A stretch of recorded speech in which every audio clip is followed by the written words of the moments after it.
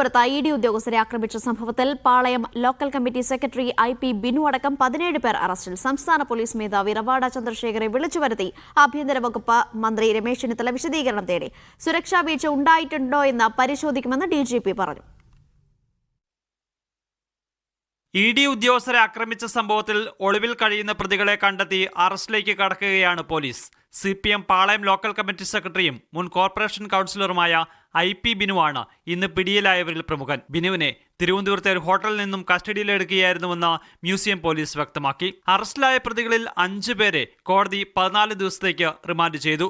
പ്രതിഷേധക്കാരുടെ ആക്രമണമുണ്ടായപ്പോൾ police കയ്യും കെട്ടി നോക്കി നിൽക്കുകയായിരുന്നുവെന്നാണ് വിമർശനം.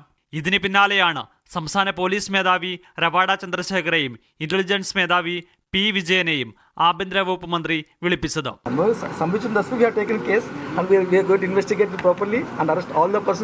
ED റെയ്ഡിനെതിരെ LDF പ്രവർത്തകർ സെക്രട്ടേറിയറ്റിലേക്ക് മാർച്ച് നടത്തി. കേരളത്തിലെ ആരെയെങ്കിലും നിങ്ങൾ ആഗ്രഹിക്കുന്നത് പോലെ കാലുമാറ്റി BJPയുടെ ഭാഗമാക്കി മാറ്റിക്കളയാം എന്നാണ് ധരിക്കുന്നതെങ്കിൽ ഈ നാട് ഓരോരു സീസാണ് എന്ന് നല്ലതുപോലെ ഓർക്കുന്നത് നരേന്ദ്രമോദി ഉൾപ്പെടെയുള്ളവർക്ക് നല്ലത് എന്നാണ് എനിക്ക് പറയാനുള്ളത്. ED ഉദ്യോഗസ്ഥരുടെ പരാതിക്ക് പുറമെ പോലീസുകാരന്റെ പരാതിയിലും കേസ് രജിസ്റ്റർ ചെയ്തിട്ടുണ്ട്. കൂടുതൽ പ്രതികളെ ഉടൻ അറസ്റ്റ് ചെയ്യാനാണ് പോലീസിന്റെ നീക്കം. മീഡിയ 1 തിരുവനന്തപുരം.